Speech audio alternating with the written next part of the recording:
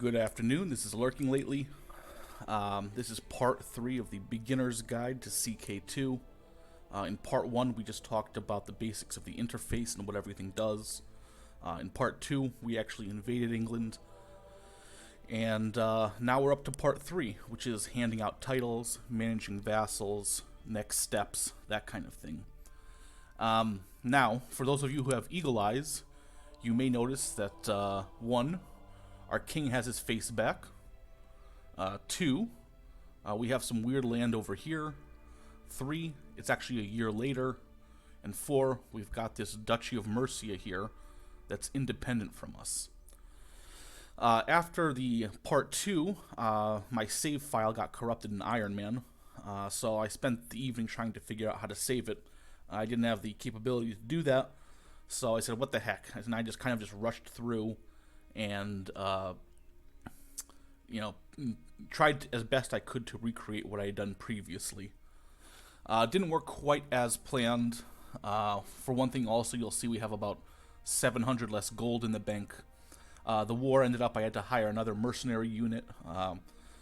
And then, while I was, invading England, Mercia, the Anglo-Saxons here revolted against Norway.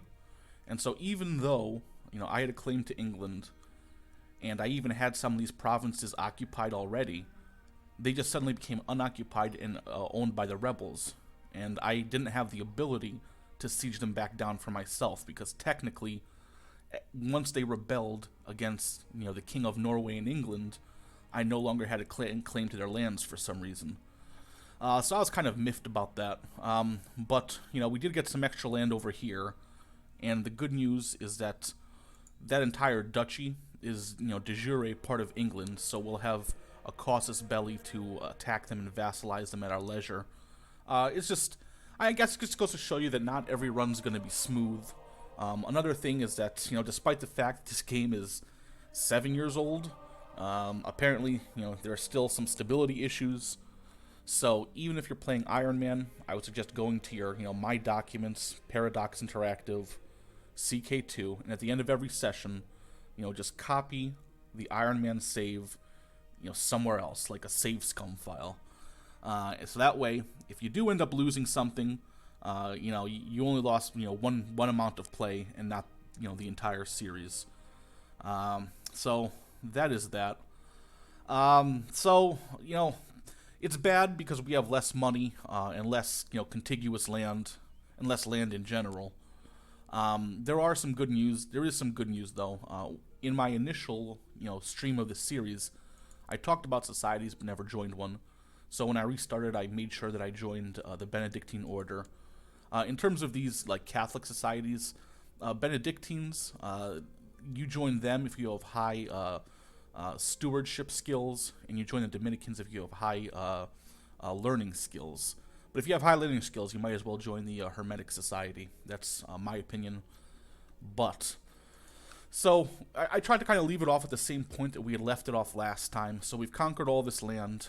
We're way over our Demance limit. We're 102 over 6, so we've got to distribute the lands.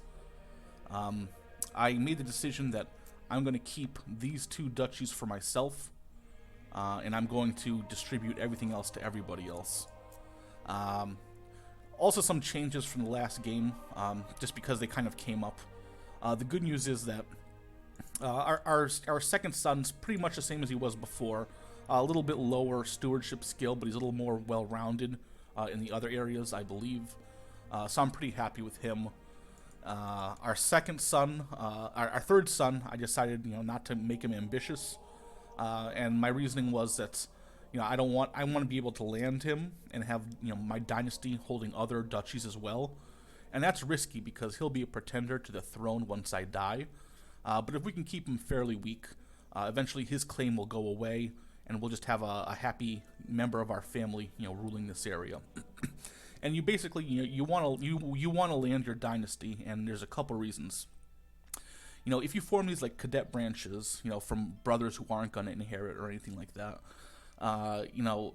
there is the initial threat. But after that initial threat passes, their prestige, gets put into your family's prestige kind of bucket.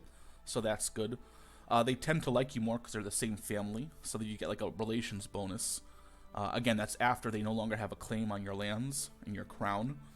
And then finally, if worse comes to worse, let's say you die before you're able to make any eligible heir, you'll pick up as one of them. So it's kind of a security policy as well. Finally, I managed to.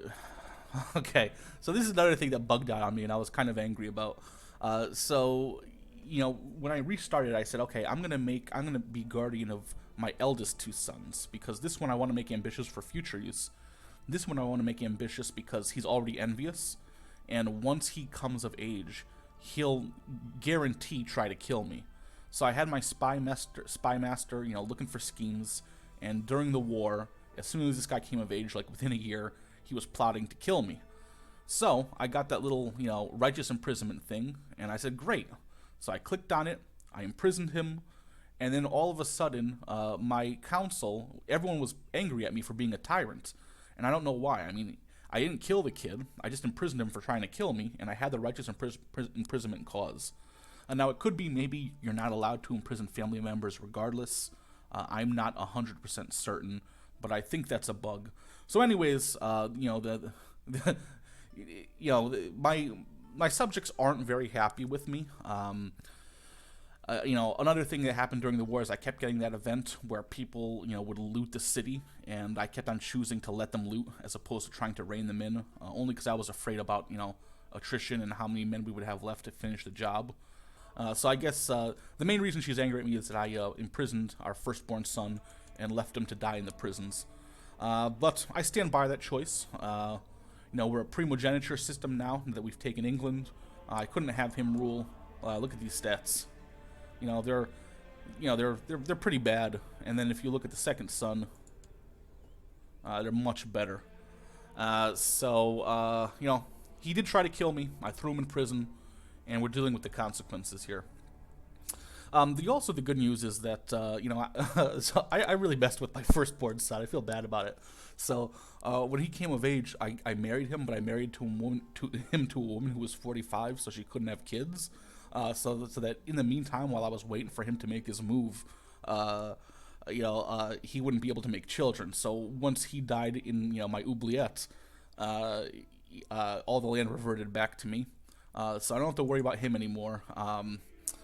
The good news is that we only have very few vassals right now, and they're all angry at us, but we're about to appoint a bunch of them, and as far as they're concerned, I believe I'm pretty much a blank slate. So I'm going to have way more happier vassals than I have unhappy vassals. So let's get to the whole land distribution thing. So after a war, when you conquer land, you're going to get an alert that you're over your demands, assuming you take control of it. Sometimes the war goals are for your vassals, so you'll never take direct control of the land. Now, what you can do is if you're lazy, you can go to your intrigue tab and ask for help managing your titles. Never do that. The AI does a terrible job of it. And it gets really wacky, and your vassals. This game, it's basically a two-phase game. There's like your war period, right, where you fight your enemies, your external enemies, and then there's the peace period where you regroup and you manage your vassals. Feudalism's an inherently unstable system. It's not a very good system of government, so you kind of have to deal with that. And so that's what we're going to deal with mostly in today's stream. So I've decided we're going to keep these two duchies for ourselves. We're going to give everything else away. So the first thing I'm just going to do is, what's the best way to do it? The first thing I'm going to do is I'm going to just, these sub-holdings, I'm going to fill them up with the best people I have available at the moment. Only because then I don't have to worry as much when I start, that it's not the wrong sub-holding that I'm filling. And the reason why I'm concerned about this is that since these sub-holdings in my lands are going to be direct vassals to me, I don't want them to have traits that will make them hate me more, like being envious or being, ambitious or being just plain terrible at your job. So I'm going to do this manually. It's going to be a little slow at first. Once we have these sub-holdings done, then we'll be able to move on and split things up. The other thing is that right now, because I inherited my son's land, I have in this kind of mega duchy here, I have Rouen, Maine, and Persh. And, this land is actually way more powerful than this land up here. And the reason being is that this didn't really go through a war, except for this area. The area got sieged a little bit. This will go away in a second. And so, it's been under our rule for so long, there's no penalties or modifiers. Now, if you look up here, right now, we've got two, modifiers to our lands here that was all, and it's basically going to be across everything we conquered. The first is new administration. That's just a reduction to local tax modifier and levy reinforcement. That's going to go on for about 11 years. And the second is recently conquered, which is basically you're not going to have any levies and no taxes for a full year. So basically, your moment of weakness, when I move over here, my moment of weakness is going to be for about a year because I'm not going to be reinforcing levies. I'm not going to be getting much money. After that's done, I'll be able to start reinforcing my levies. I'll be starting to get money, albeit at a reduced rate. And then all of my other newly landed members of my kingdom are also going to start making money, raising levies, and kicking money back up to me. I guess another bright piece of news is that this time around, because I ended up using more mercenary armies, I have about, I think, like 1,000 more event troops. So that's going to keep me safe while I, settle this area right here. So, how do you give out land if you're not going to push that intrigue button? Well, you go to your find characters button, okay? You search your realm. You search for gender men, because only men can hold land in this system. You search for ruler, you say no, because I don't want to give additional land to people who already own land. I don't want to make them more powerful relative to me. I want everyone kind of the weakest feasible unit of power in relation to me as possible. Then I want someone who's of my religion and of my culture. If they're of a different religion or culture, they'll have opinion bonuses and they get harder to deal with. Okay? So now it's filtered all like this. Now what you can do if you're looking for a particular trait, like content, you can just type it in here and it'll show you all the guys who are content in your realm. You can also search by name, dynasty, culture, age, and then who's the best or worst at a particular skill, okay? So the first thing I'm going to do is I'm going to look for people who are the best skilled stewards in my realm who fit all these criteria. Now this is, men who don't have land, who are my religion and culture. It's one filter that I use often. So I actually have it saved. If you want to save a particular search filter option here, you just click on save filter and then you choose a slot. And then when you want to use it in the future, you just hit load filter and you choose the slot that you saved it to. So that helps speed things up along a little bit. So we'll see here that this guy is an amazing steward, just an amazing guy in general. And he's a steward of Evro, but I'm going to go ahead and I'm going to make him the mayor of London here, alright? So I'm just going to right click, I'm going to say grant landed title. Now the way it's organized here, it's organized by rank and then alphabetical. So kingdoms at the top alphabetically, then duchies alphabetically, then counties alphabetically, and then everything else alphabetically. So I'm just going to scroll all the way down and I'm going to look for London. And he gets to be the mayor of London. Now that's a step up for him, so he's going to say, thanks for the job, but now I've got my own town to run. And the reason why I want these high-skilled guys in these positions is that since they're going to be in a holding directly under me, I can put them on my council. And, having, an 18 steward guy in your council is, pretty fantastic. So let's keep scrolling down. I'm not going to land my current heir and son, because when you land your sons, good things happen. There's a chance some of their stats will increase.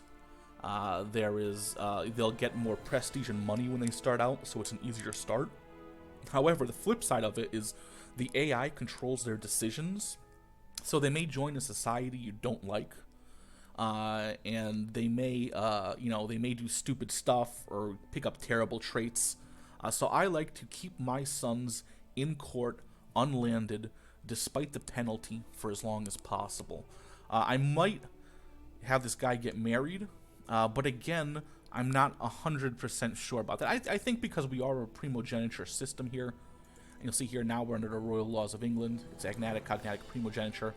I may set him up for a marriage, but I haven't decided on that yet. The reason why he hates me is because, you know, I made him ambitious and my rival, but, you know, it's good. It's going to be good long term. All right, so the next guy down, he's also, you know, he's a step down from these two in terms of stewardship, but he's also content, so I want to keep all the content people in my court, because the number one, you know, set of skills I look for in future dukes of my realm is people who are content and aren't envious, okay? Because then they're going to be happier, they're not going to cause as much trouble, and I don't really want them to expand. I don't want them to do anything courageous. I just want them to be there when I need them to give me money and give me men. So we're going to skip this guy. Next one down. Okay, again, he's not envious or ambitious. He's good enough. So let's give him another town. Let's give him Hertford. So you get Hertford.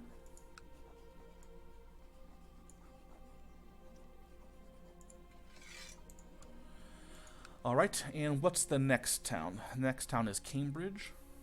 I'm going to skip this guy because he's content. And we're going to give this guy Cambridge.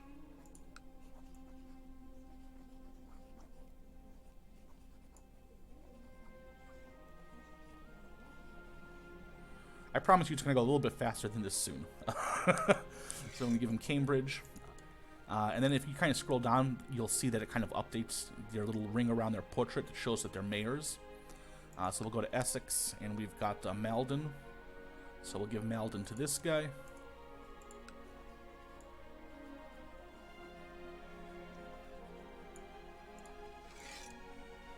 Alright, we'll scroll down. And you'll see immediately they'll start to get like an opinion boost for giving them land. And that'll only keep going up. Now I've got the -10 for Tyrant, which is BS. But I already complained about that, so I'm not gonna promise I'm not gonna complain more. So the next one is the city of Bury. We'll give it to this guy. And again, I'm just basically going down, making sure that they don't have any bad skills and they're not content and they're not in my family, and I'm just giving them in order.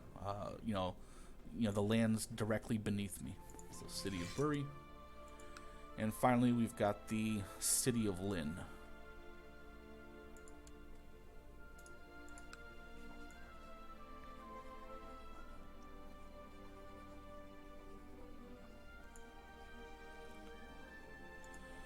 Alright, so that takes care of all the city subholdings in my future lands, my lands to be. You'll also know that they're given away because it's no longer going to have my, flag here. It's going to have, whoever's flag that controls it. So now I'm going to load filters again, slot 0, just to get rid of everyone who I just landed. And I'm going to go to learning. And I'm going to start installing, again, bishops in my land. So this is the Bishop of St. Paul's. I'm going to skip this guy because he's content. I'm going to skip this guy because he's envious. He also has a bad genetic defect, so I'm going to skip my son, obviously. I don't want to take him out. So I'm going to give this guy right here, who, despite being 14 years old, has more learning than most of the people in my land. I guess it doesn't say much about my education system, but... I can't give a bishopric to a child. I can give him a mayorship, but not a bishopric. Okay, so, you know what I'm going to do, because these guys don't have very good learning, and I want to get someone with higher learning. I'm going to go to my Intrigue tab, and I'm going to invite holy men to my court, as many as I can. In this case, it's going to be just 2.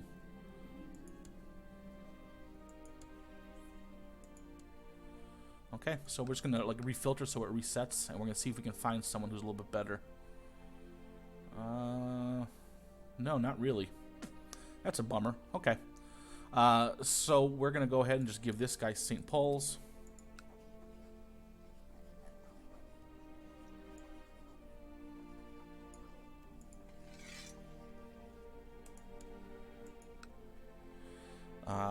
And then St. Albans to this guy who's a dynasty member.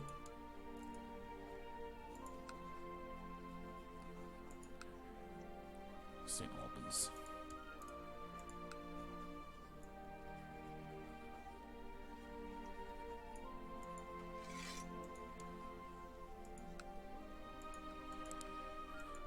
so that's given away. Now let's give the Bishop of Crowland.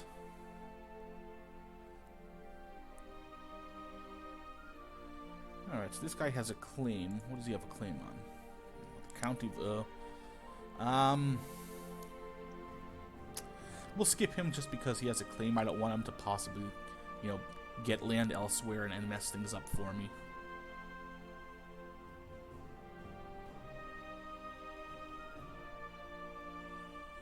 Alright. So I've got my son William. I'm going to skip him because I want to make him an actual, like, duke. Despite his terrible stats and not being content. Just kind of set the family up for the future. So next one's going to be Crowland here. Bishopric of Crowland.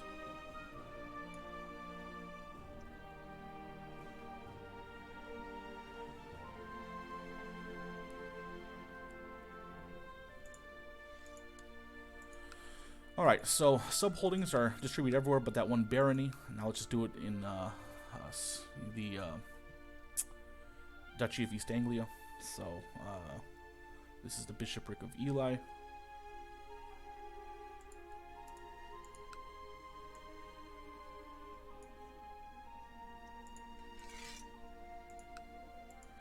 And finally, the Bishopric of Elmham.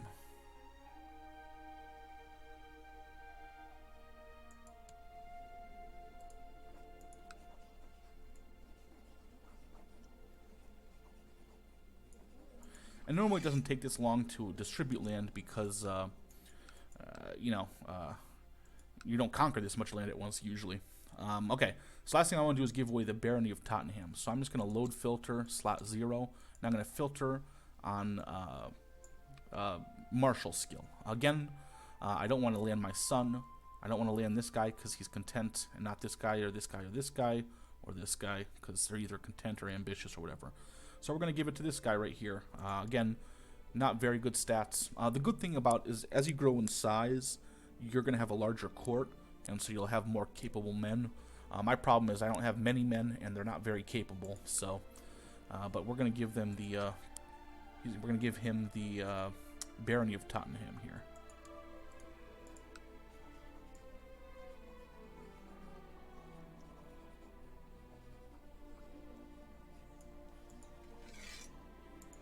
Okay, so all my subholdings are now given out. You can tell because I got these beautiful, colorful, colored flags that aren't my own. And we can start talking about what we're going to do next. Now, because in this game, as opposed to the one that fell apart because of the save, we have about like 800 less gold than coming out of the war last time. So we can't really waste it on stuff like, you know, inviting nobles to court or anything like that. So let's just load filters again. But one thing we can do is we can kind of game the system, okay? And what we're gonna do is each time you install, you know, a bishop in newly conquered land, you know, that doesn't have a bishop already in it, you gain a small amount of piety, okay? So what we're gonna do is we're gonna skip anybody now who's not content, and we're gonna skip anybody who's in, you know, not either of my two sons, but anybody else, I'm just gonna throw them in a bishopric, okay? And what's gonna happen is you see here we've got 149 piety, and that's just from installing the bishops in my land. So that number is gonna keep going up with each bishop we install. And at this point, we don't even really care about their relative skill. We're just throwing them in there to throw somebody in there who's of our culture, and of our, you know, religion, and we're just using it to beef up our piety. And then once we max that out, we're going to hire a bunch of holy men who may not be the best administrators or fighters, but our court is way too small to fill all these positions, so we don't have to waste money getting nobles. Another thing we can do is we can search all and search for people who would want to consider joining our realm, so that's something we can do as well. But first, let's put out these bishoprics. And since they're low-level titles, I actually prefer to give them to people who are ambitious or envious or both. Because bishoprics, you know, they won't raise enough men to seriously challenge their liege. And since they're not directly answering to me, they're answering to somebody else, I don't care if they don't like them. So, I'm gonna keep giving bishoprics away. Um, I want to say that giving a guy a bishopric, it pulls him out of contention for, it pulls him out of succession. And so his brother's already the Count of, so I'm going to go ahead and I'm going to give him just a bishopric. I probably should have given him one in my lands because he was better than the rest of the people, but whatever. Oh, look at that. I guess I missed a bishopric here.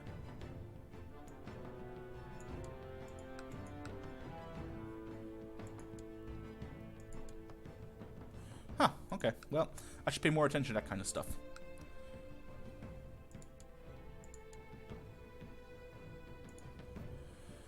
Alright, let's keep scrolling down. Give this guy a bishopric. Alright, so that's the extent of our court right there. So let's load filters. We'll remove it. So the next thing we can do actually to save a little bit of money is we can go to search all. Okay. And again, we're looking for these same filter stuff. And then we're just going to look at who would be willing to join our court. They'll have... Okay, so this red thumbs down means they're not going to accept it. This one means they're open to it, but you're probably going to have to bribe them. I'm not going to bribe people to come in. I might actually, depending on how much it costs versus like hiring nobles. But right now, we're going to look for people who just want to come in general. So, you're coming in. And you. And again, I don't even really care. I don't even care particularly if they have bad stats or anything like that. I just need bodies to fill my court, so I can just give away land.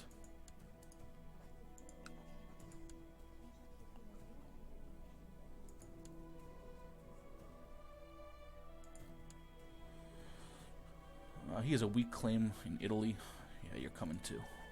Okay, so that's it for like the just open invitations right now. I'm gonna let this game progress a couple days so they all accept, and then what the heck? We'll also just go ahead and well, let's just let it run for a few seconds.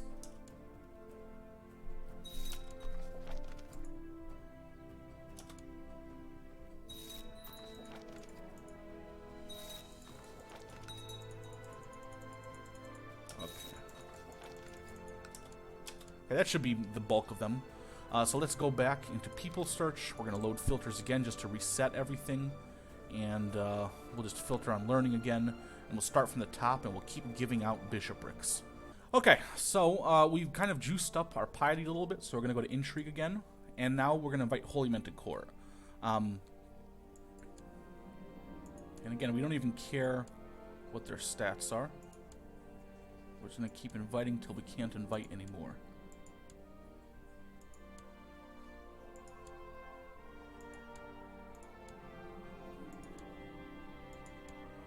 Now, what we could also do is just give, like, the actual, like, top-level counties away, and then have, have the counts, put people in their places. The one thing that makes me hesitant about that is I've had situations where I give the entire county away to a count, and since he owns both, the top level holding, which is a castle, and then he also owns the city. He'll sometimes turn into a grand mayor. Like he'll give away the castle and keep the city. And grand mayors are good. It's actually subject merchant republics. They have the potential to pull in a lot of money, especially up here because they're not competing against anybody. They don't provide actually the right amount of military. They provide more money than military. The other problem is that they don't like being under a feudal lord, so they get kind of unhappy as well. They're a little more touchy. If it's like your first game, I would just focus on look at this. We really should have waited to, give this guy who has 26 learning land in our capital. Oh well, you live and learn. Okay, let's start assigning these guys. Okay, great. So we've given away all the bishoprics. We've managed not to make our sons bishops. That's a good thing. So now you'll see here we've got some more piety. So we're gonna go back into intrigue, And we're going to invite more holy men. I'd rather spend piety than gold to fill up my court. Because I think gold is more useful in general. And so even if these guys aren't like the best subjects, you know, the best men for the job, they're men. I'm kind of repeating myself, but I can't stress that enough.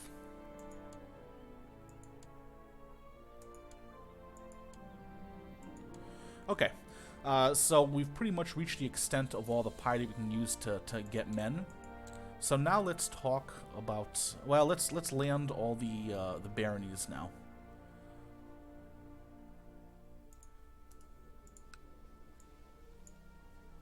Oh, we got cities to do too. Well, let's give the baronies away because there's a lot less of them.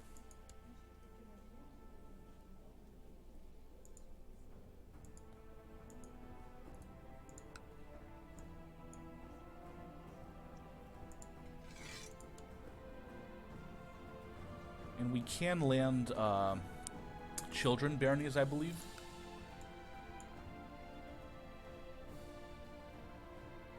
Yes, we can. So again, I'm just kind of just going down the list of people with the best martial score. There are not going to be that many good ones. Okay, so there's all the baronies. Now let's filter on stewardship skill. I'll just load the filters just to be safe. Skip our son. Skip these content guys, our other son. And let's start giving away cities. Can I give cities to children? Oh, excellent.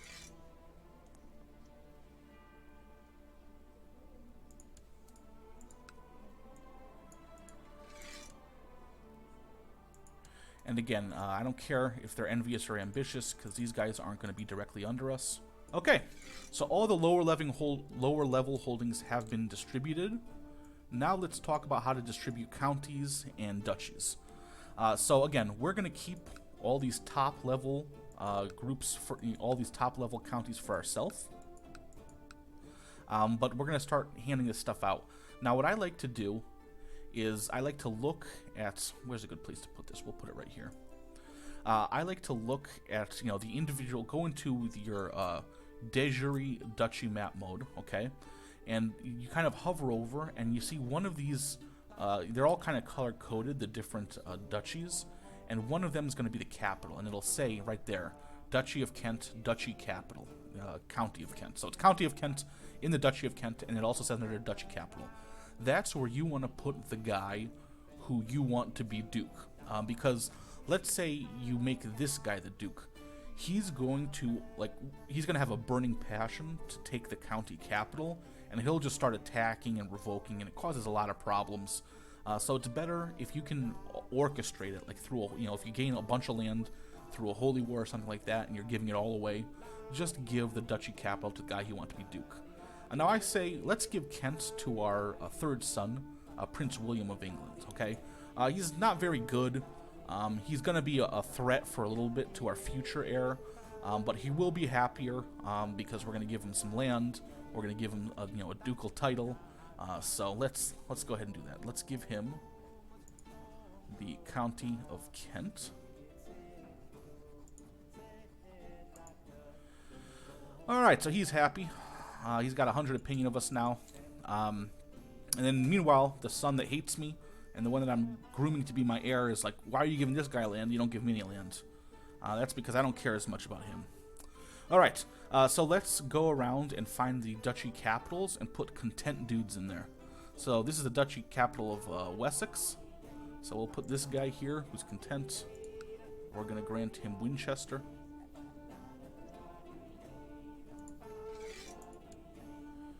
And then here in Cornwall, we're going to give the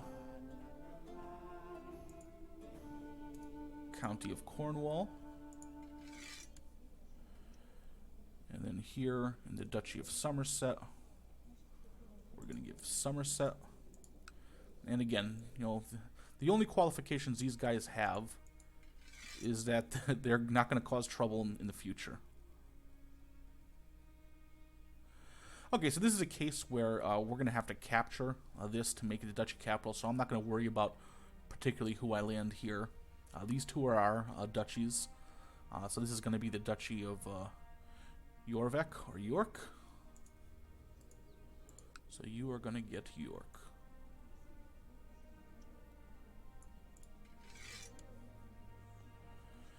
And Duchy of Northumberland capital is here in Northumberland.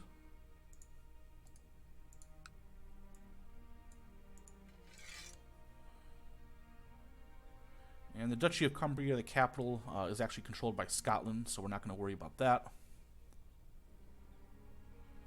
Okay, so we do have the Duchy capital of Galloway. Let's give that to... we've run out of content, guys, so now we just got to be a little more careful about who we land. But we'll give this guy Galloway, because he doesn't have bad... he's not envious or ambitious. Skip this guy. This guy is going to get... So this is like a one-county duchy. We'll skip that for last, because it's never going to be very powerful. This is kind of a minor thing. Let's give Orkney to this guy.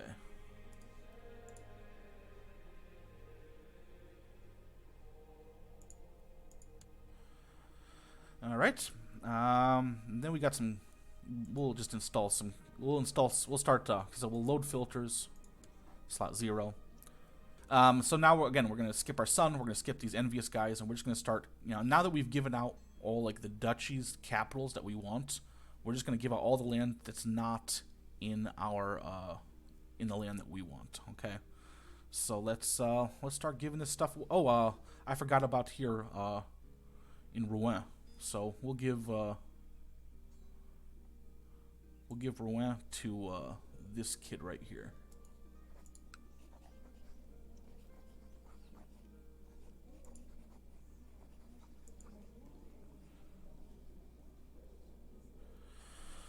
Okay, and then everything else we can just start giving away. Now I'm going to kind of hover my map over here because, like, for instance, I can do it much faster. You see how it says here Bath?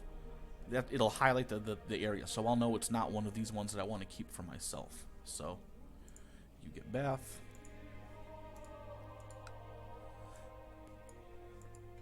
You get Yoredale. Now, landing kids isn't the best thing in the world because you never know, they might get some bad traits. But hopefully just the fact that you landed them, it'll make them like you more.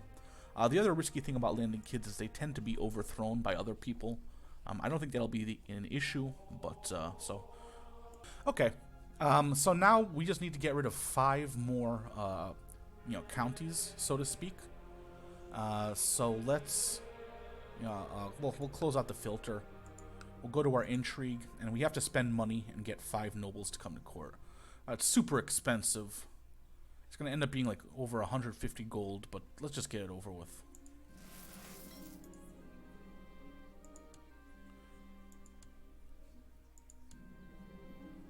Okay, so we're going to give away the Duchy of Normandy, because that's not even ours anymore.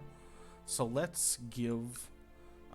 the Duchy of Normandy here to the guy in the Duchy capital, this little kid. And you are the Duke of Normandy. That's going to cut down on, like, the vassal limit going on here. Also, like, it's going to generate me more fame or prestige. Okay, so somehow our boats disappeared. I think because they were event troops. So let's hire up all the boats we can. In this case, it's just going to be 14. And we're going to start to ferry. Okay, so we'll grab all these guys. 15. We're going to ferry as many of our main event troop army here as we can back to our homelands. Just a little bit safer. While we do that, let's kind of look at our alerts. So, because we're a king now, we have to worry about being coronated. And so we're going to go and we're going to try to get crowned by the Pope. He's probably going to ask for something.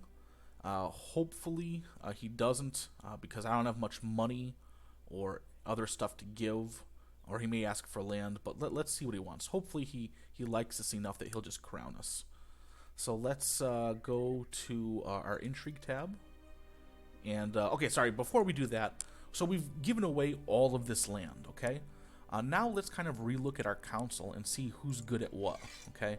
So let's look for the Chancellor. Look, we got a 11 Chancellor. He's not bad. We'll just leave him to perform statecraft. Our Marshal is probably the best that it's going to be right now. Yep. Let's see if we can get someone better than our wife. See, our wife right now... I mean, the bad news is... Okay, so if we look at my council, my wife's a malcontent. Firing her is just going to make her hate me more. But I would rather have her hate me more and possibly plot to kill me than... have a malcontent on my council here. I'd rather have like a pragmatist. So let's, and he's got better skill too. So let's fire her. We'll put on a new spy master here. He's okay. And we're gonna put our court chaplain in too. Not very good. Not a very good court chaplain. So we don't have any lands personally to convert or anything like that.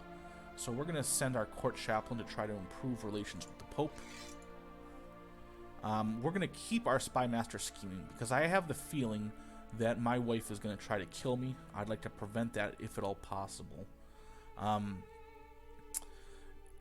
The other thing to do is, now that we kind of have the capital where we want it, is just to send him to steal technology from the Byzantines, over in Constantinople.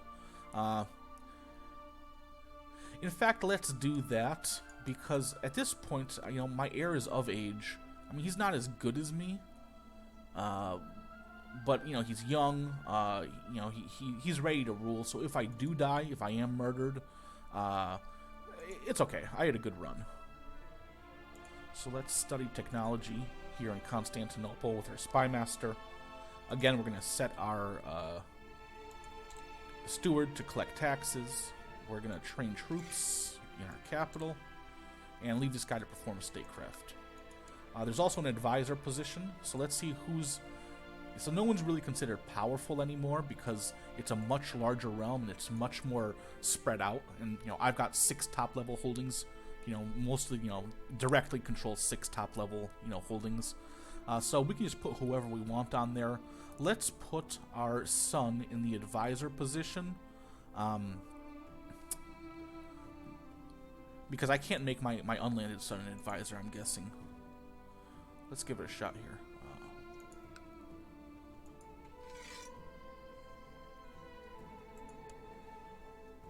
Okay, so he's going to be like a malcontent on my council, I'm guessing, assuming that worked. Let's take a look here. Yeah, he's a malcontent. But I'm not too concerned. I want him to kind of gain prestige and gain a little bit of opinion so he doesn't try to murder me. So, you really, should probably throw like a, if you have a powerful vassal who's not good at anything, throw him there. Or you can put some guy who likes you on there. But I just wanted to help my son out a little bit, soften the blow of not getting any land. So let's talk about designated regents. Let's kind of search by skill. And, yeah, let's give it to this Count of Durham fella. He seems pretty great. Luckily, we still get to keep our court physician, even though he's, like, no longer under us. And because we're kings now, we have, like, more court positions available. And so let's see if we can find, like, a better court tutor. Let's look for someone who's, like, patient and diligent and of our culture. Nah, not really. Let's leave it alone, then. Okay, so, we can give out new titles and stuff again, so let's see what gives the most opinion again. So, Seneschal is 10.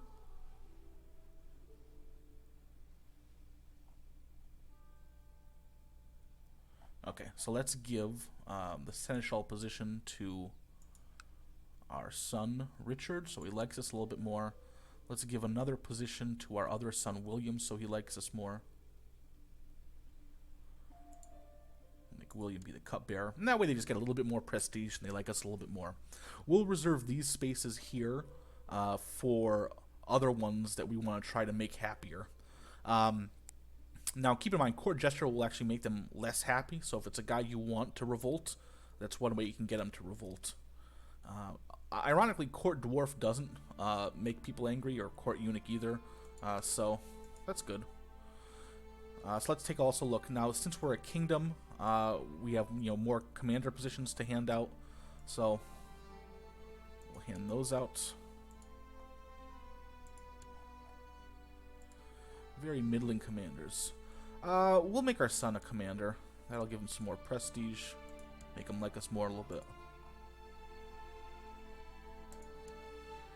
Okay. So we've given out the commander positions, all that stuff. We should recruit a court physician. So we'll go to intrigue. Okay, so let's click on recruit court physician. That's going to cost us money as well. Hopefully we'll get a good one. And then we're going to go out to the Pope and see if he's willing to crown us. So let's cross our fingers and hope he doesn't demand something. Now we could get like a bishop to do it. The bishops will do it automatically. There's more prestige. So let's try it. Let's see what the Pope wants.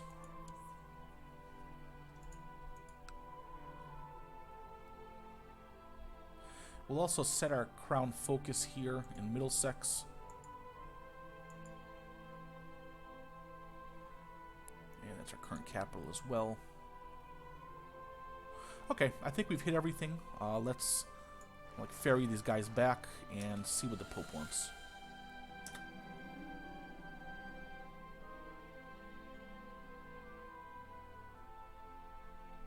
Oh yeah, I can pay that. Oh, look at that. She's amazing. She's 70, so she's going to die soon, but she is amazing.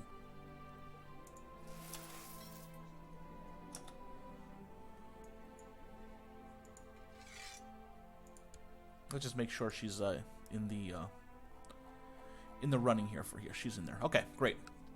So let's split this up. The most we can move is like 2,200 men at a time.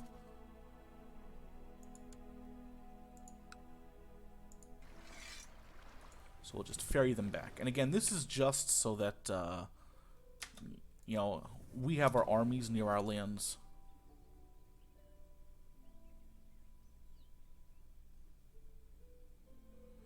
Okay. So I guess the Crown Laws of England, let's just double check here.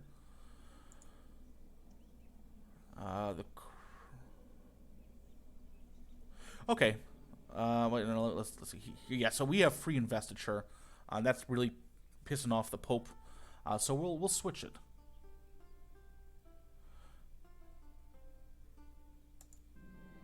Again, I'm not too concerned about appointing bishops. Now, there is a main advantage of having free investiture as opposed to papal investiture. With free investiture, if the bishop likes you more than he likes the Pope, he will send the money to you directly instead of to the Pope. So you can make a lot of money that way. Also, you can put other claimants in your family line. You can nominate them for bishop positions and replace them. So it is good. However, it pisses the Pope off.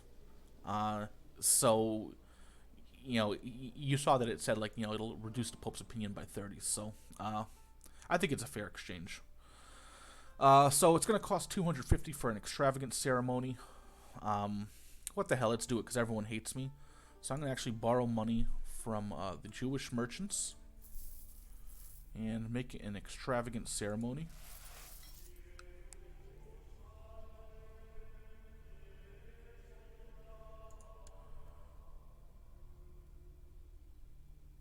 Okay, so I can either so I'm not going to read the flavor text, but I can either get intrigue or learning. At this point, I'd love to get some more learning, so let's get some more learning in there.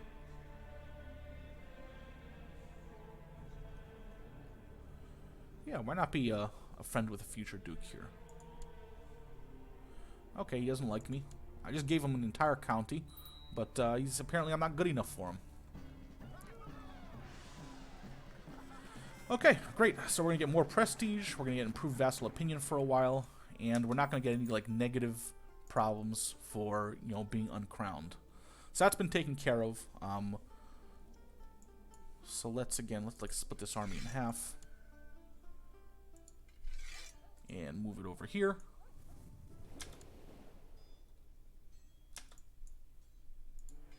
Now the good thing about taking loans from the Jewish moneylenders is that there's no like, you have to pay like a set interest amount, but there's no date that you have to repay it by. You just can't borrow any more from them. You can only get like one loan ever until you pay it off.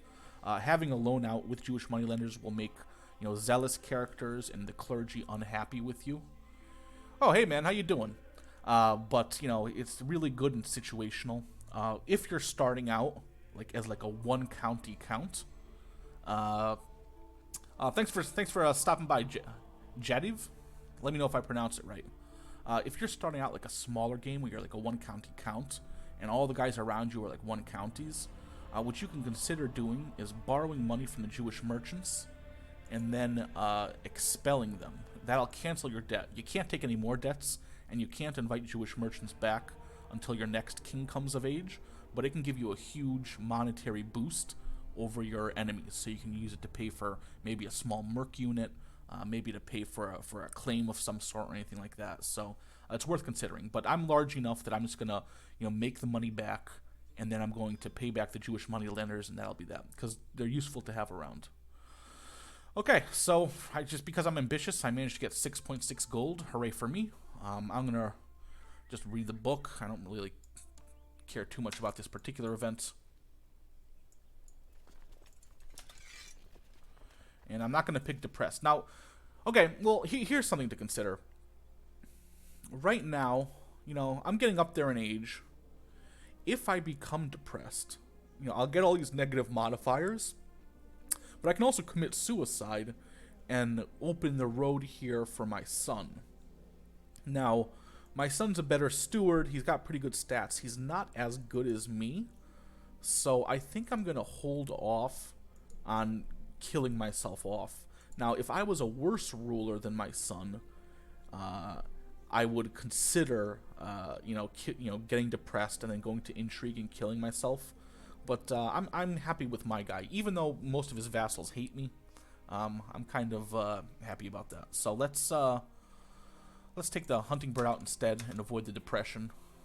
And so we've got all our event troops over. That's weird. We have all our event troops over there. I'm just gonna disband the fleet. Just make sure that I've got nothing raised. Great. And now what we're going to do is we're just going to play a little bit of a waiting game. What I basically want to do is I want two things. One, I want to make some money back, pay back the Jewish moneylenders, and make some more money just so I have it in the bank in case I need it. Two, I want to wait for our levies to increase. Now look here. It says that from the demons we can only get a max of 309 men, and this is controlling all this land. And whereas before we had just like one county to start and 2 baronies, and we were able to raise like 1,000 some odd people ourselves. And that's again because we still have that modifier of recently conquered. That's going to go away shortly, and then we'll just have a reduced levy rate. So we're kind of in a precarious position, but we're just going to ride it out, okay? We're not going to cause any trouble, and we're just going to let it go.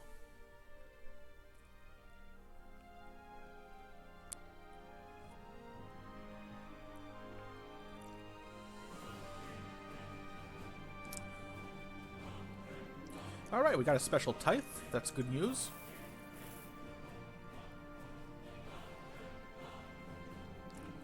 I have a headache. That's not good news, but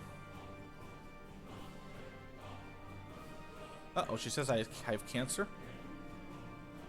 And she's telling me that I have to drink human breast milk to get better. I'm not sure I did anything either. It's not confirmed that it's cancer. It could just be a headache. Okay, we have abdominal pain. That's not good. Again, she says it's cancer. And again, not very good treatment. It looks like the game's trying to kill off my king. And now I have chest pains. She keeps saying it's cancer. It's not cancer. Jesus.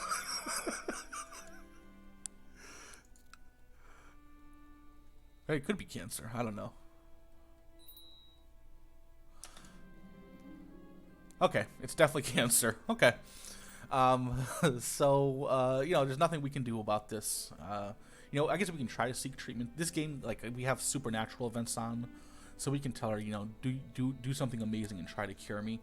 It's not certain if it'll do anything, but, you know, -3 health. This guy's not long for this life here. Okay, so some other stuff we can do, actually, if we want to try to, you know, prolong it. We haven't switched our focus out. So what we can do is we can switch to, like, let's say hunting, and or even family. Family wouldn't be bad. I could use the increased diplomacy because everyone hates me. My wife's too old to make babies with, and maybe I could even, like, patch things up with my son. So let's pick family here. We'll get the increased health. It probably won't be enough to save us, but we may be able to hang on just a little bit longer. Okay, so you have 3 options here, okay? You can say, my life is in your hands, and they do an extremely risky treatment, but one that has a chance of, like, curing you completely. If you don't have a physician with, like, you know, a really high learning skill and, like, a renowned physician trait, then, you know, chances are something terrible is going to happen. You're going to lose a leg, an arm, you're going to be disfigured, you're going to lose, you're going to be, castrated. Not a good thing. But she's actually pretty high for learning.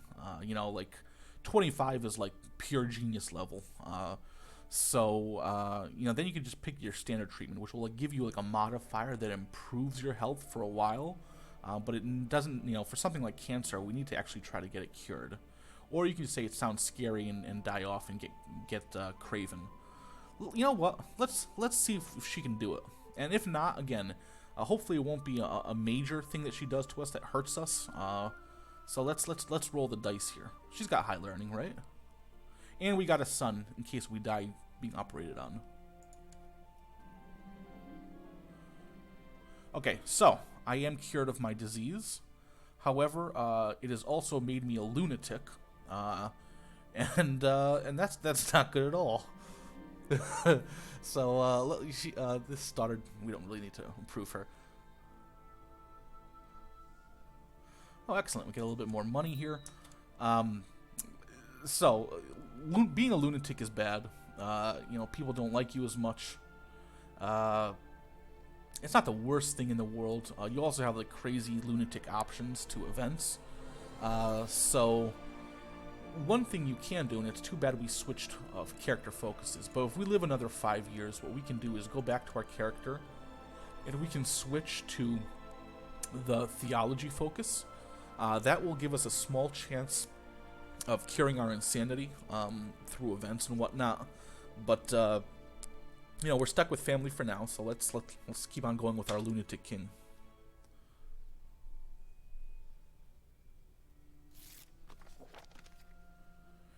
Okay, so the Pope likes us a little bit more. That's good.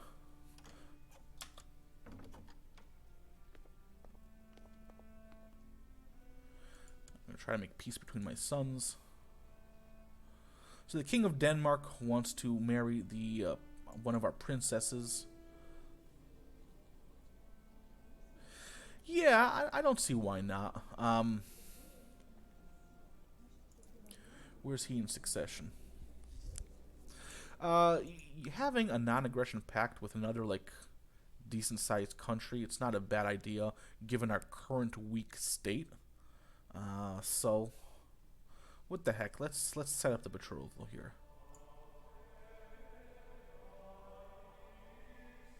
And we'll just let time run forward.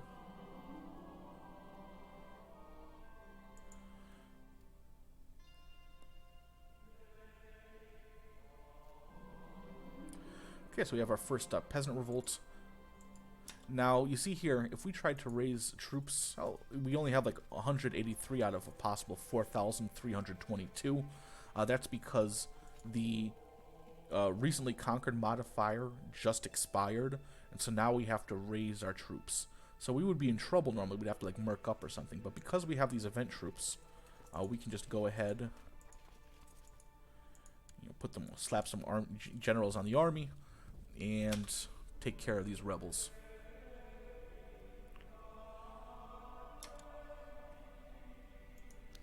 And he decided to just walk away.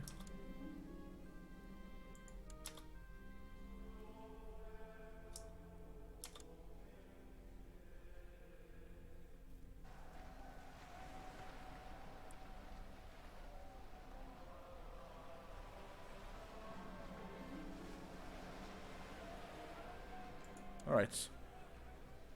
So, he's only got a combat skill of 29. We're at 42. I don't like this option, although this one you have a chance of dying. Let's take care of it. Alright, we did it.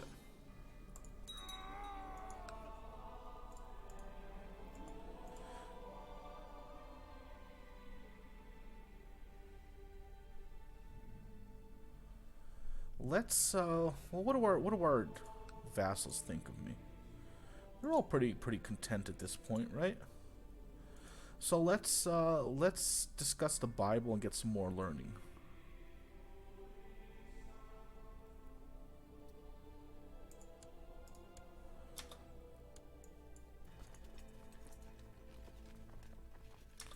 And we're just going to resign our commanders from this army. I'm not sure if this is like EU4, where you're more likely to die if you have a commander out there, but let's just be safe. Okay, so she can pick an education focus. Let's give her stewardship. Again, it's like a Catholic. I'm less concerned about the educational choices of my daughters than I am of my sons. So, yeah, I just want to make sure they're not ambitious, or envious. No one wants to be my friend. Very sad. Very, very sad. So we're going to let time roll forward again. The King of Bohemia wants me to join him. Yeah, why not? I trust my regent. Speaking of regent, we're going to put Revoke Title Religious up next. But we'll wait till I get back for that. How's the vote going to look? Oh no, they're against it. Okay, so we're not going to do anything like that. I don't feel like changing any of these other laws that I can change. They're not going to let me take away their...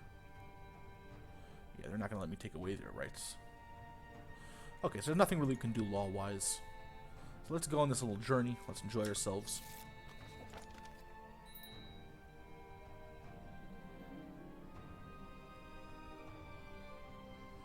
Alright, a little bit of piety, small chance at learning.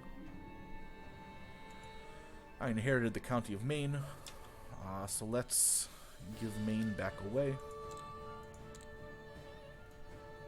Oh, well, let's hold on to it just because our steward can't handle all the vassals. His diplomacy isn't high enough. Alright, we get a little bit of piety, a little bit of prestige.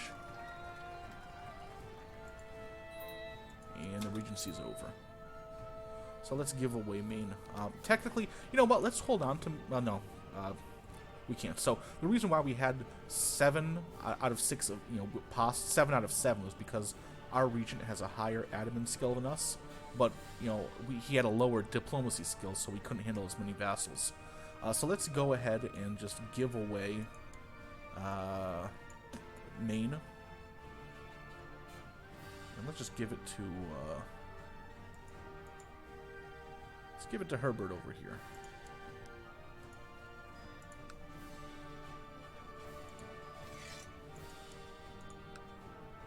Now, because we inherited Maine, it looks like we got a little bit of money. Or maybe I just wasn't paying attention to us get the money.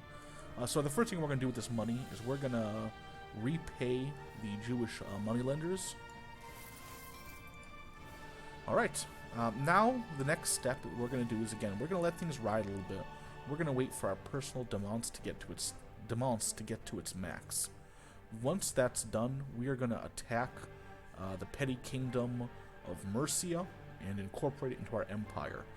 And then, so, once that happens, we'll talk. You know, since it's a different cost of spell, we'll talk about what's going to happen after we win, and then we're going to talk about realm management in general.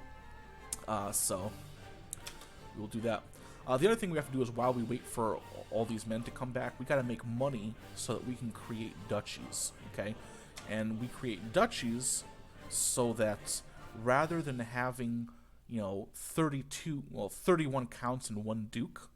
Okay, so like a duke controls the entire duchy, under us, and hitting our max, we can have a bunch of dukes under us, and under the dukes are the individual counts. So that will simply help with the number of vassals that we have. Okay, who do we got here? Navarro wants to marry our princess. Okay, I'm going to say no to this one because it's been my experience, at least in the past. Now it may have changed with the latest DLC, but it's been my experience that the Muslims tend to overrun and kill off this whole area, so you don't get the marriage.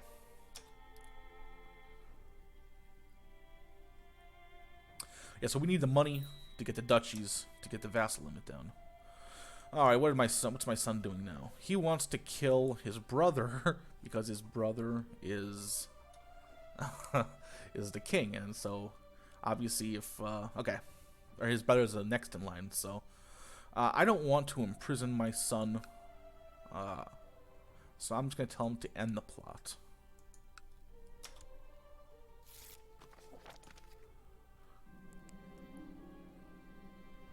Look at that, the guy that I just gave land to is circulating rumors about me. Unbelievable. It's a fun game, but it's also very frustrating when you give all these guys all this stuff and they just talk trash behind your back, Okay, so because I'm insane, I have these events where I try to employ different acts. I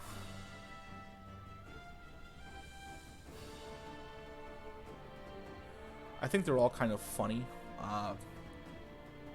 So let's pick the Pants Act. The Cessation of Violence Act. That's going to turn out horribly. All right, so okay, so the end result is that my vassals are like, well, we have a lunatic on the throne. That's not good. But what can you do?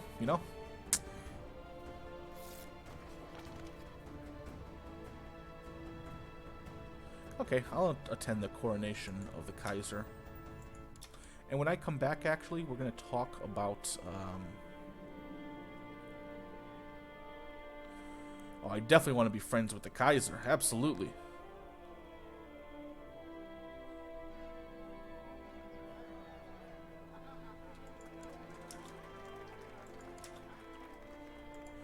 Let's advance in our Benedictine order.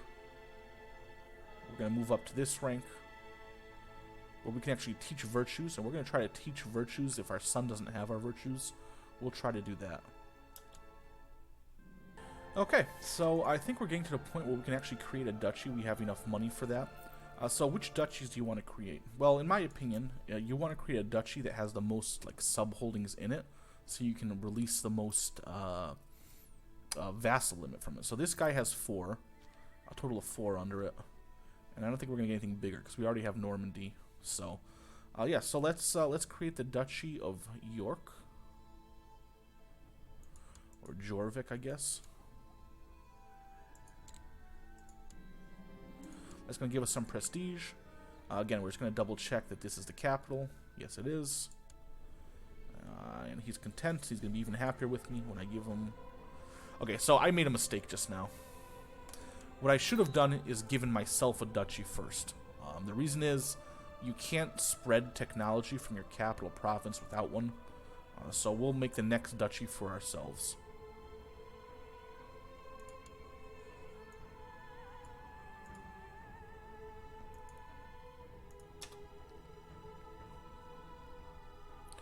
Okay.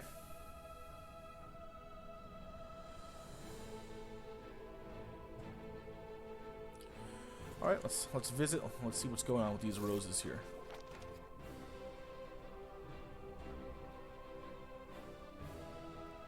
Look at that. we got St. Benedict's Fingerbone. Okay, so now's actually a good time to talk about our treasury. So again, I had to restart because of corrupted save file or corrupted game. So during my invasion of England, when you sack castles of people that have stuff, sometimes you will steal that stuff from them. So I got a Tongue of an Unbeliever from one of these places that I sieged down. And that's pretty good. You get a little bit of prestige and 1 intrigue. Any kind of bonus to your ruler stats is good. I also got a Nail of the True Cross. That's because I was in the Benedictine Order, and they, it's kind of one of these random events that happens, and you're given the option to try to steal it, and I managed to steal it successfully. That gives us +2 diplomacy, some prestige, some piety. That's great to have. And then we just got the Saint's Fingerbone. That gives us prestige and piety. This isn't like, it's useful to have, but we can also consider giving it to like the Pope with our next ruler, so the Pope will like us more, and he'll be more likely to crown us for free or not be such a jerk about it.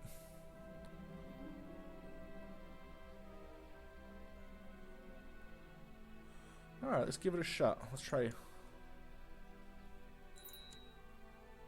Nice, a little bit of extra learning. Okay, so who can we imprison? So, I guess it's our wife wants to kill a count. Let's just tell her to end her plot. On the other hand, what's the rate of... She doesn't like us, personally, but we already know that she's trying to kill Count Radolf.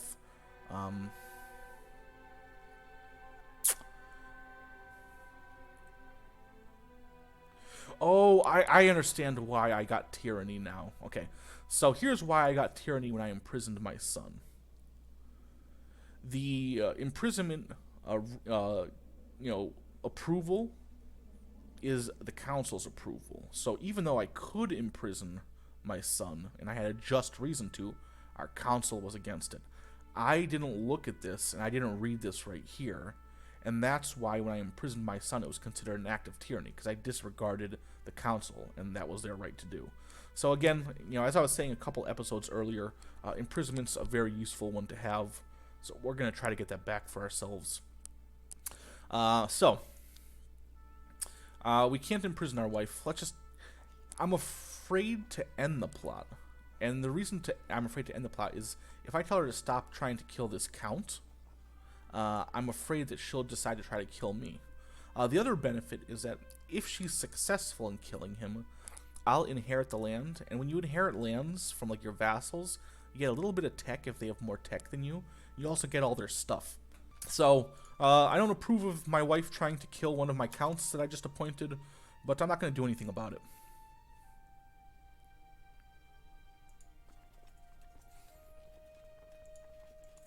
Okay, so we're slowly building up our land limit here. So this guy's inviting me to go carousing, why not? I'm not sure how good of an idea it is to go carousing when you're insane, but why not? So we can pay some money for some piety, or not. I'm not going to pay for a play. Come on.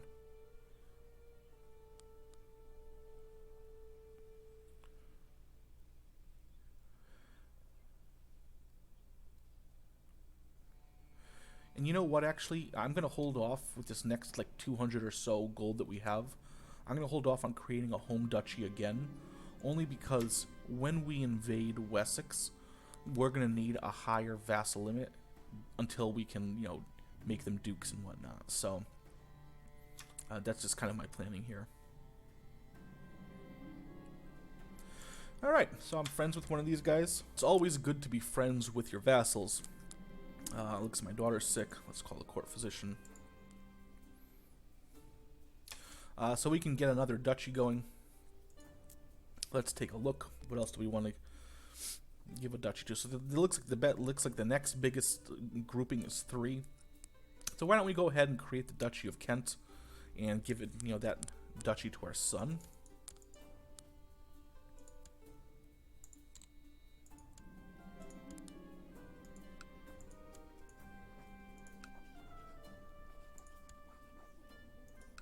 All right. So we're just slowly starting to manage up our realm.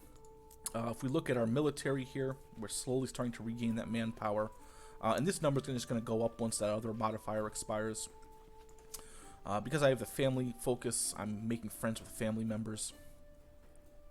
Alright, so once again, we can probably create another duchy. Let's take a look around. So let's just kind of go in order. Let's create the Duchy of Wessex.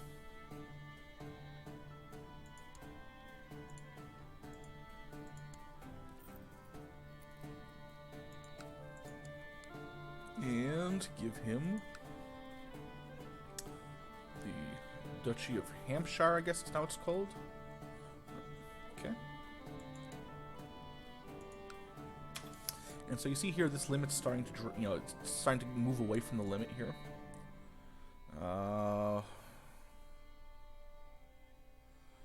Yeah, let's borrow some more money from the Jewish moneylenders.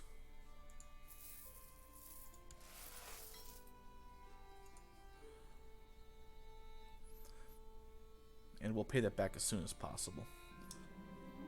I'm not gonna teach my daughters anything. So right now we can have up to 9 more vassals. 1, 2, 3, 4, 5, 6, 7, 8, 9.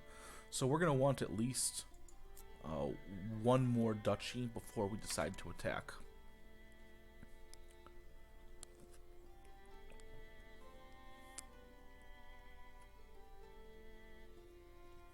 But before we build, create any more duchies, we're going to pay back the Jewish moneylenders.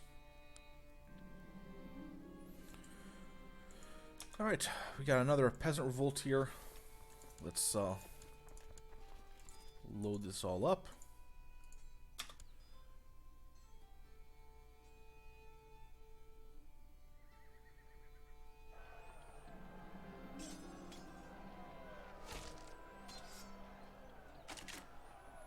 Oh yeah. Now before I was taking the courtiers because I knew I would need them, but now we're taking the tech points and the military tech spread.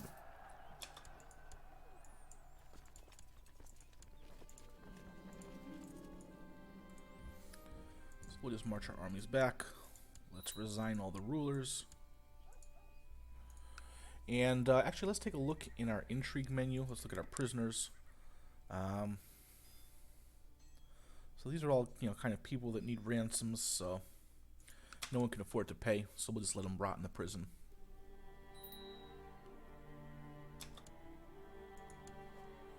Alright, let's get this marriage on. How old is our primary son here? He's getting older. Maybe we should talk about getting him a wife, just so, if it takes him a while to have a kid, there's no real problems.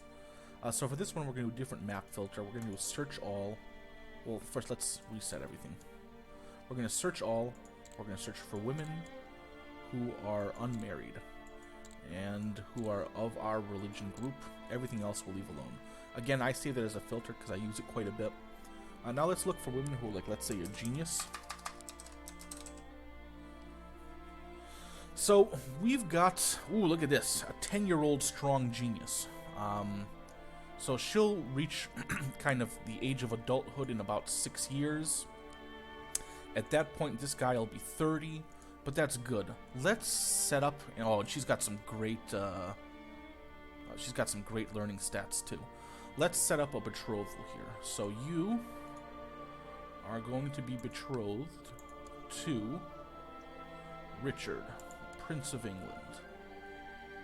Now we're gonna lose prestige for that, but this is like the genetic jackpot.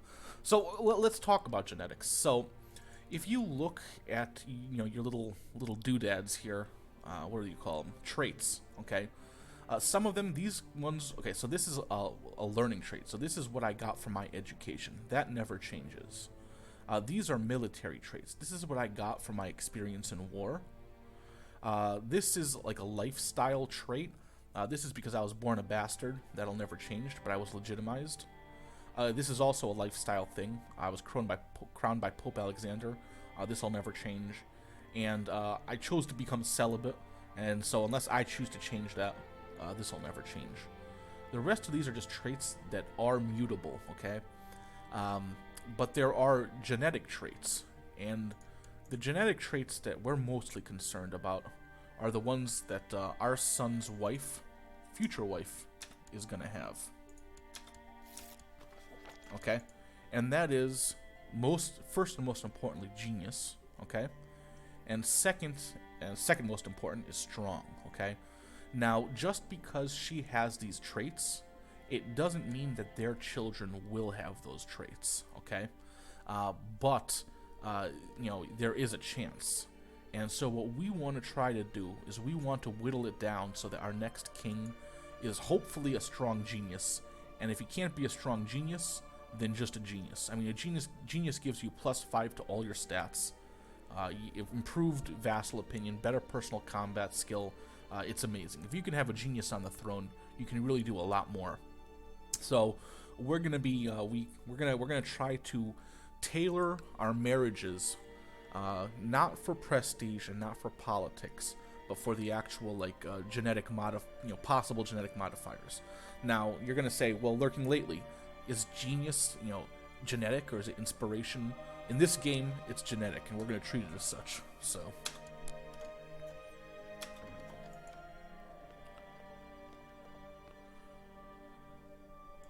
Alright, he wants to marry another one of our daughters. Yeah, why not? We already have a non-aggression pact.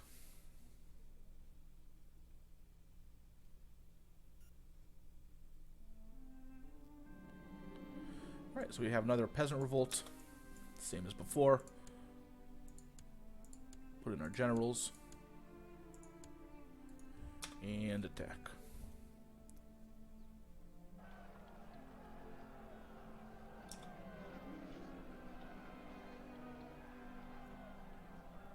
Because you're a lunatic, you can draw a mustache on his face. No. Let's wake him up before anyone catches on.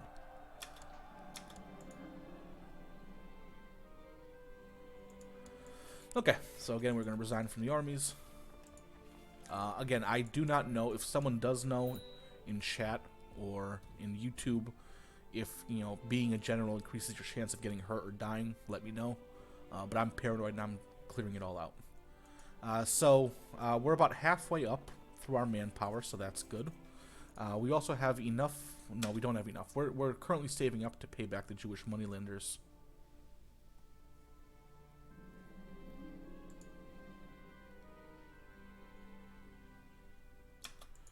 Looks like our court physician died. This was after we paid her, and we never got actually any result, so that's a bummer. Oh, look at this, though. We got a nice other guy here for court physician.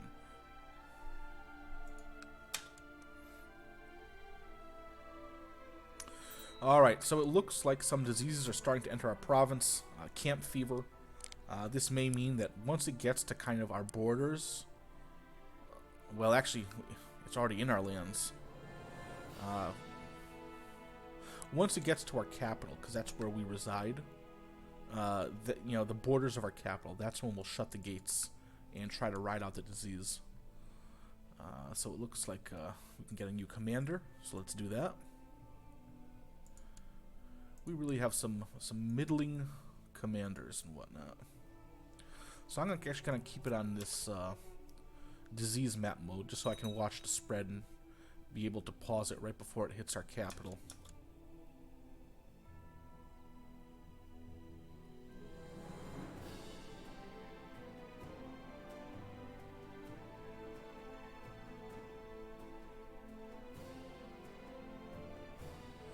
Okay, so we can make our wife like us more, and for not that much gold.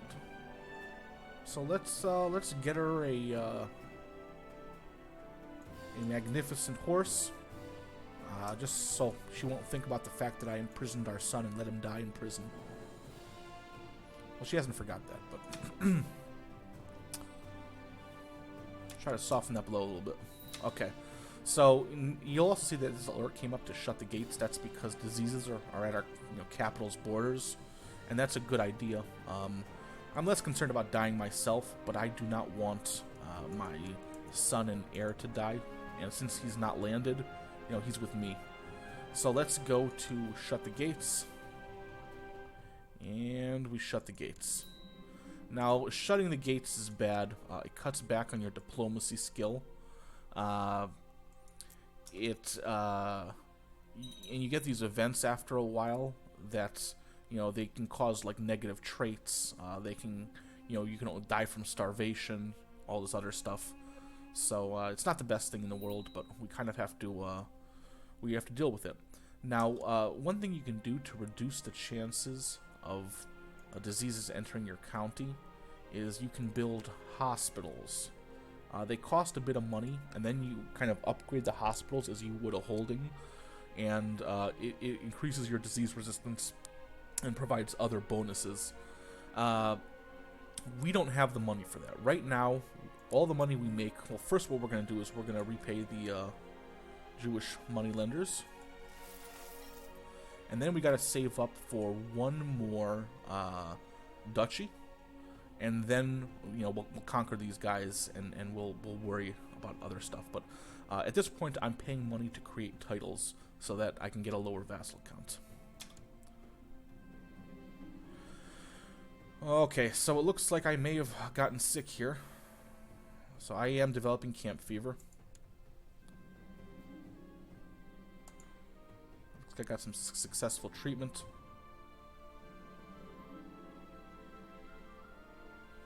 Oh, nice. My daughter's Midas touched.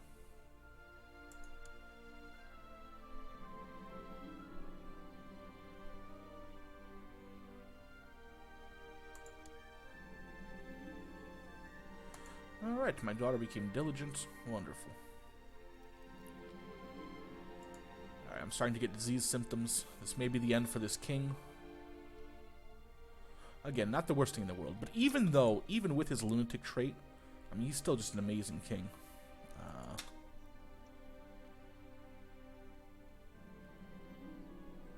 Yeah, I have camp fever. Hopefully it's a mild case. Let's take a look here.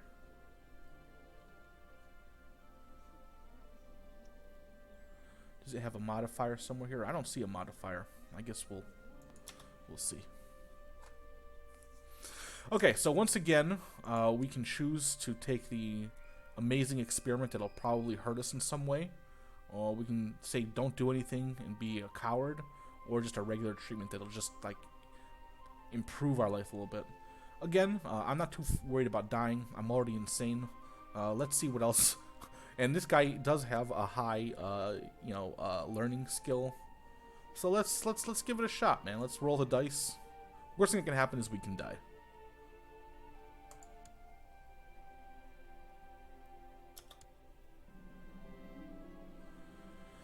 Okay, so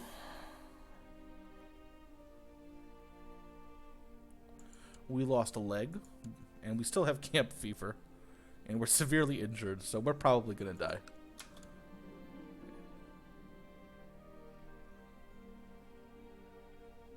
Okay, so actually this is one of the benefits of being a lunatic. Normally, if you're not a lunatic, you have two options. You can either open the gates, and we're in the middle of a full-blown epidemic, and try to help people. And that usually ends up with a bunch of your court dying, and your son dying, and you dying. Or you can just choose to become a coward, craven, and those are your only two options. But because I'm a lunatic, I'm saying only the chosen will survive. And I like that option. There's a little benefit of being a lunatic. Alright, we got a royal marriage offer from the Emperor. Absolutely. Absolutely.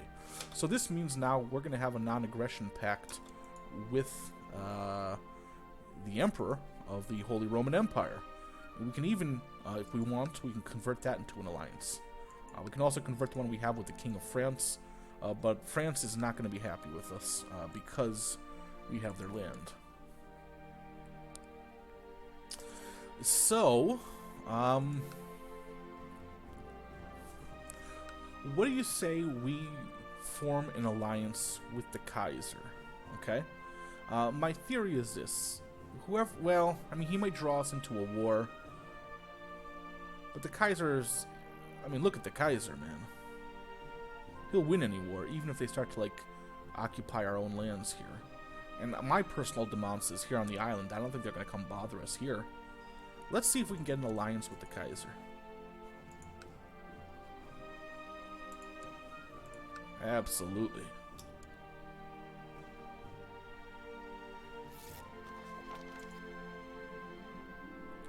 Okay, so I lost a trait proud. Not a bad thing. Okay, so this means when this event pops up, it turns out that you're starting to go through starvation. Now, luckily, we're skilled enough that we're going to be able to mitigate most of these problems. But hopefully, this epidemic ends soon, before we all starve to death. Okay, so I have just a terrible, terrible court chaplain. So let's just keep looking at the epidemic overview.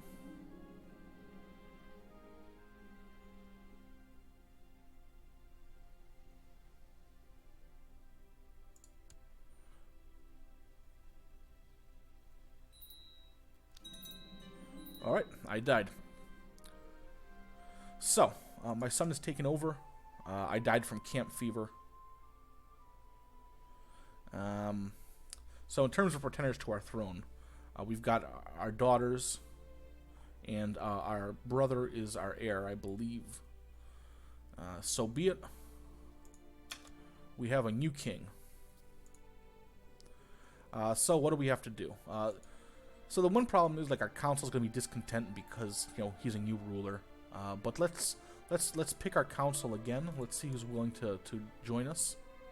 So this guy's both powerful. He's powerful, but he's not the best. So let's choose the best guy for the job. And let's choose the best military guy for the job. And the best... Oh my gosh, I picked the wrong guy here. So we want to pick this powerful vassal here. Alright, so here's kind of a trade-off here.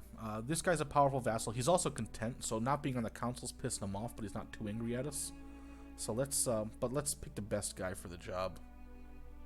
Because, you know, he's content. Let's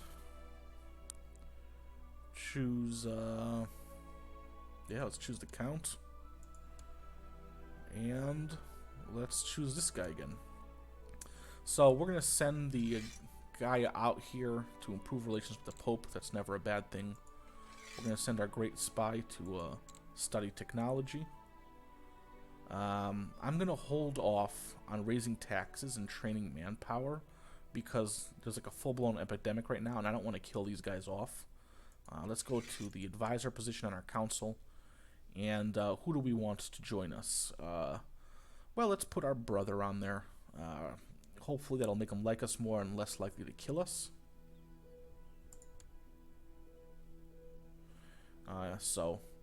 Okay. Let's also look at the laws here, and let's talk about realm laws. We don't have the tech to do regulated inheritance. That's one I'd like to do. There's only 2 supporters for, you know, revoking religious. And in terms of council powers, no. So if we wanted to kind of change laws, we'd probably have to start paying people off,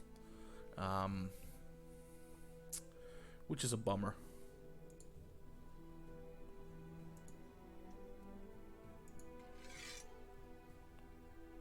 And even if we switched out, you know, some of these guys for more loyalist types, you know, I think that was one of the options. It would still be like 3 to 3, so I don't think it would pass. So let's just leave the laws alone for now. What we do have to worry about is getting crowned by the Pope. So let's go to intrigue. And we can't do a coronation ceremony because we're currently hiding from disease. Okay, also we're over our demons limit. And that's because we do not have a wife here to help us add her ability to ours. We're only 1 over, so I'm not going to worry about it too much. You'll also see that because our military skill is a lot lower, the max, you know, levy is dropped by like 700 men. So that just means we're closer to our top point. But, you know, there's nothing we can do about that for now. We're going to be over our demands limit for another 3 to 4 years, I believe. So let's just ride out this disease, cross our fingers, hope we don't die.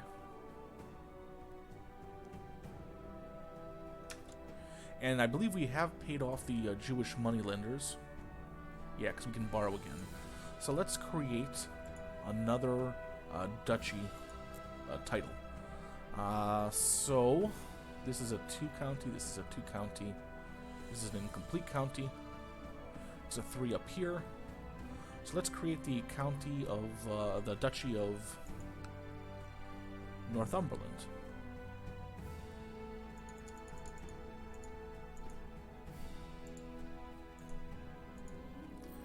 And this is the duchy capital. So let's give the Duke the duchy. Alright. So this guy's going to love us. Now, let's keep going. I'm thinking maybe one more 3-county duchy, and then we'll create our own duchies. Just so we can start spreading technology around.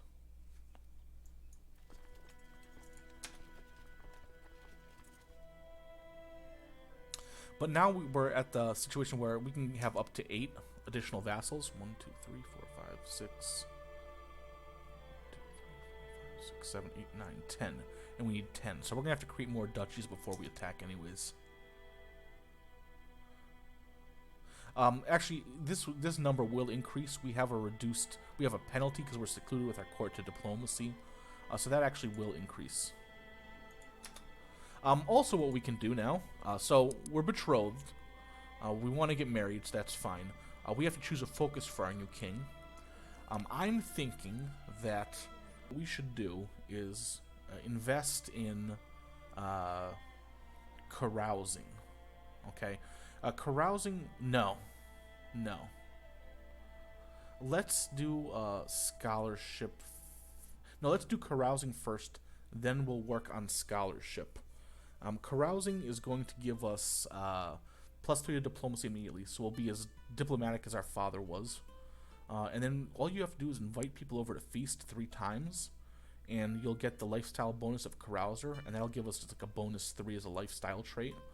So let's choose carousing and select it. Also, with a higher diplomacy skill, people will like us more. So we inherited the Faroe Islands. Let's give that away. And we don't care about genius. Let's just reset these filters. Search the realm. I'm going to search for the usual men. And someone who's just not ambitious.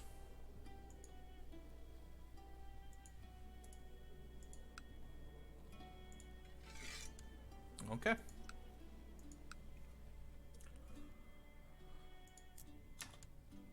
So let's write out this, alright, friends with my mom, that's good.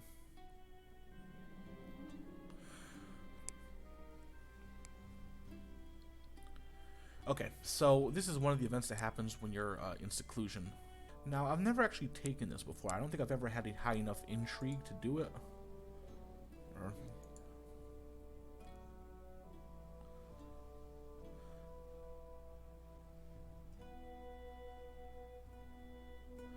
Let's try it out. Let's see what happens.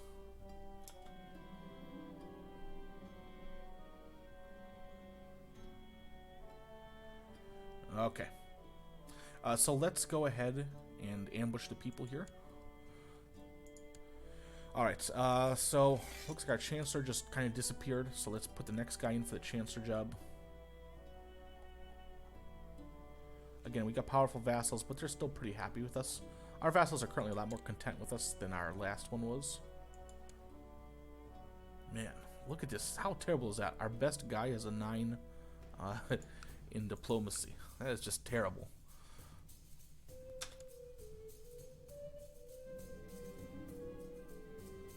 Okay, so now whenever you have the situation where you set up an ambush in the tunnels, you'll catch the person. Okay, now if you choose these, like, let her see what she has to say for herself, you might gain, like, a talented courtier. Or, for instance, this one's got 21 diplomacy and 20 intrigue. She would be an amazing, like, counselor, but she's not related. She'll never actually get on. So we don't want them to do that, and you can throw it into the dungeon as well. Either of these has a small chance of her escaping or just opening the gate for the commoners to get in, and then you usually get, like, wounded or disfigured through it. So sorry, but you gotta die. It's just the safest bet. Okay, so now I'm sick. Hopefully I'm young enough that I'll be able to survive this. Unfortunately, I just chose carousing as well. I should have taken, like, a health one first, just to help increase my chances of surviving. Okay, so let's, it's saying I have an option to seek treatment for my illness. No. Okay. So I have food poisoning.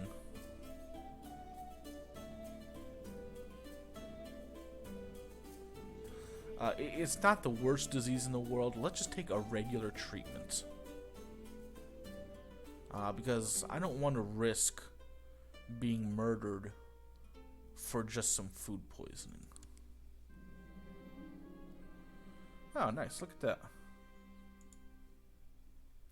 So we're still suffering a little bit of health problems, but hopefully we'll be able to ride out this food poisoning. And it also looks like this disease. Great. It also looks like the disease is starting to burn itself out. So hopefully we'll be able to open the gates soon, and things will get better from there.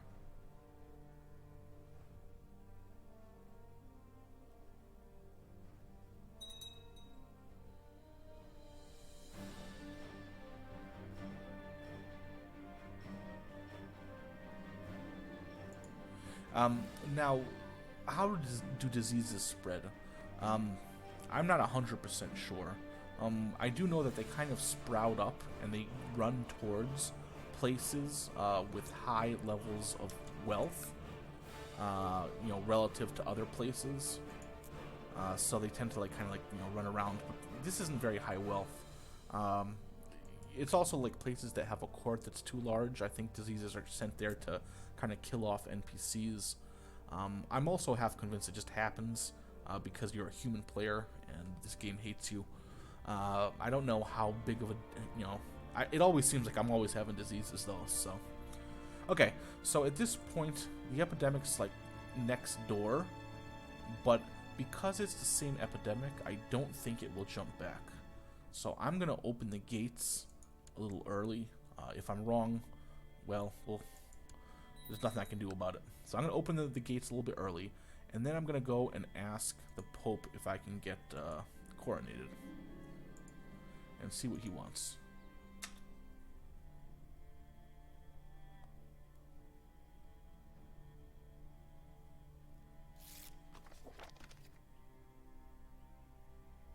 Okay, so he wants me to start a war to take down the anti-Pope. Now, the anti-Pope was set up by the Holy Roman Empire. And just looking at the size of our relative kingdoms, yeah, that's not going to happen. I would never, ever, ever win that. So I guess we're not getting crowned by the Pope. I guess we're getting crowned by the Bishop. Okay, so we have to wait until May of 1082. That's not bad. Now, we could try to go back to the Pope again and see if he changes what he wants, but I doubt he will. So, sure.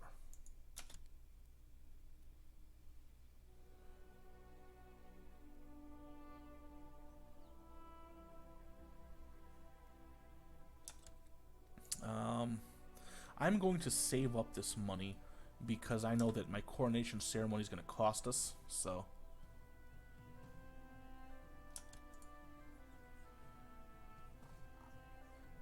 Alright, so let's organize a coronation ceremony. Unfortunately, I guess I don't have the bishop option here.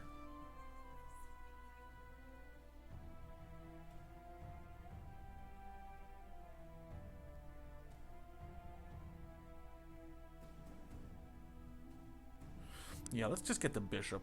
I'm not going to be able to satisfy the Pope here.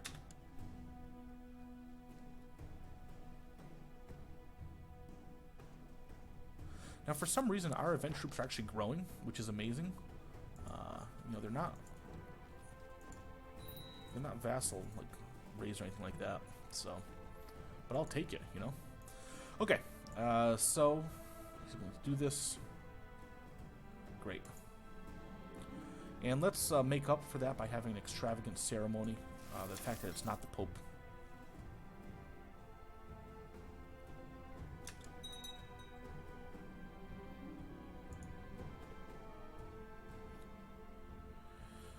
King Philippe of France. Yeah, let's see if we can be friends with him. Oh, nice. So he's less likely to attack us now that we're friends. This is good in case our sister dies.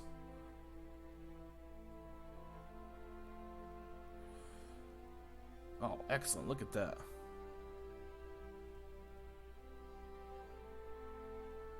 Gain 2 learning right there off the bat. I'm almost considering for like a secret society. I'm considering joining the Hermetics. I mean, I should join one sooner rather than later. So we do have enough to get in. We're not the smartest guy around. So, you know, it's going to hurt us a little bit. The Pope's not going to like us because we joined the Hermetic Society.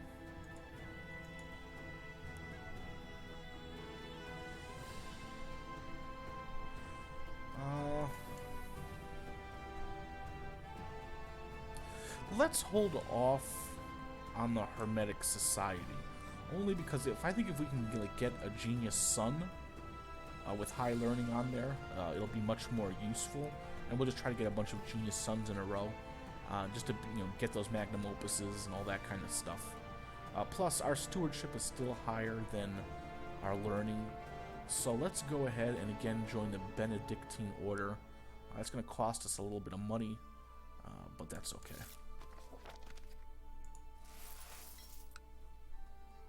And it looks like we can raise up in tech.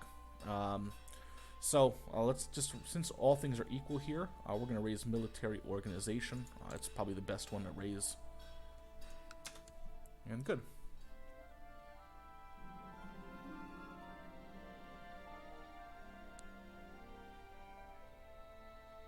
How do I owe a favor to this jerk?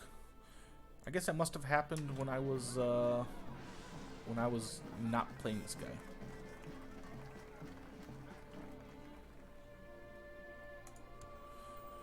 Alright, so I've been crowned. It's not like, I don't get any bonuses for that, but, what are you going to do? At least I don't think so. We'll get a little bit of piety and prestige.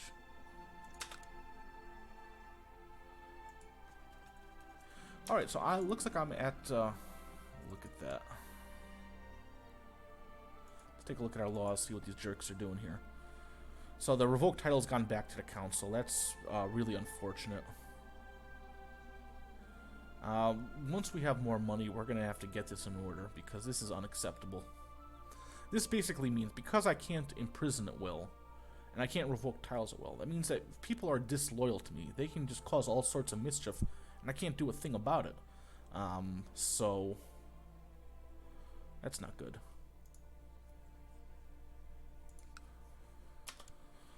So we're at our full army limit. Who are these guys? So they're attacking Scotland because Scotland was excommunicated. Oh, I should have done that, huh?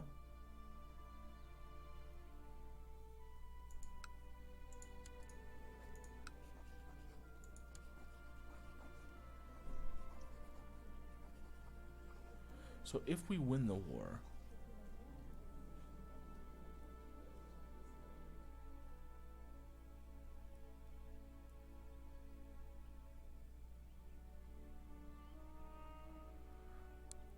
Okay, so King Richard will get piety and prestige.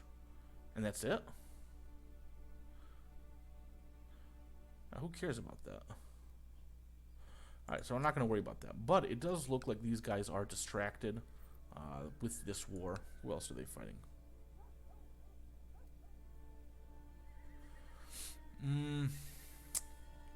So we can get up to another 12. 1, 2, 3, 4, 5, 6, 7, 8, 9, 10. Yeah, let's attack these guys. Once they start fighting in here, let's raise our armies, raise our levies, and attack for Mercia. And we can declare, because we have de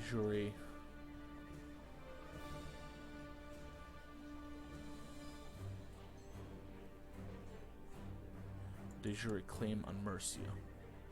Now what's going to end up happening is that we'll get all of this. We'll get this guy to be our vassal, and he kind of rules over all of this. And then we're going to have to worry about him being rebellious, and we're going to have to worry about murdering him and whatnot. So we're gonna do that next. But I think that I've been talking for quite some time, so I'm gonna end this episode here. So thank you so much for watching. My name is Lurking Lately. I hope you enjoyed this. I hope it helped a little bit, and I hope you have yourself a wonderful day. Bye.